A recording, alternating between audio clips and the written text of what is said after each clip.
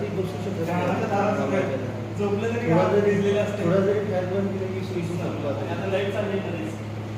परवा 4 दिवसापूर्वी तर या वडिलांच्या आणि वयस्कर लोकांना खूप त्रास होतो. इतरांचं ठीक आहे, आपण मोठे नसताना. मी 10 वर्षानंतर हे अनुभव घेतो. मी 2 वर्षी चंद्रपूरला काढली. अरे चंद्रपूर तर यावेळेस एक्स्ट्रीम आहे. म्हणजे ते प्रत्येक ते दरवेळेस असतं. म्हणजे तिथे 48 49 हे आता पाहतो ना, दरवर्षी खूपच लाईट आहे.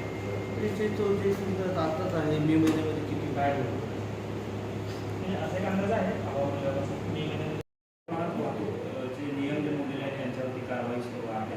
कशा पद्धतीची कारवाई आहे, काही लोकांना अटक वॉरंट देखील काढलेला आहे. काय नक्की दैनंदिन वाहतूक नियमन करत असताना जे लोक वाहतूक नियमाचं उल्लंघन करतात त्याच्यावरती आपण दंडाची आकारणी करतो. जे लोक दंड भरत नाही असे आपण त्यांना खटले कोर्टामध्ये दाखल केले जातात. येत्या 10 मे रोजी लोक अदालतचं आयोजन केलं आहे. त्यानिमित्ताने ज्या लोकांनी पैसे भरलेले अशा जवळपास 8,000 लोकांना आता आपण समन्स काढलेले आहेत. मागची जी लोक अदालत झाली त्या लोक अदालतमध्ये ज्या लोकांनी समन्स घेऊन कोर्टामध्ये हजर झाले नाही अशा जवळपास 1300 लोकांना आपण आता अटक वॉरंट काढलेले आहेत. पैकी मागच्या 2 दिवसामध्ये जवळपास 275 लोकांनी आपली दंडाची रक्कम भरून कायदेशीर कारवाईपासून ते प्रवृत्त झालेले आहे.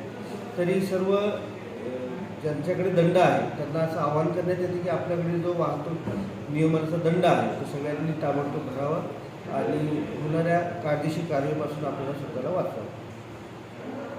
थँक्यू.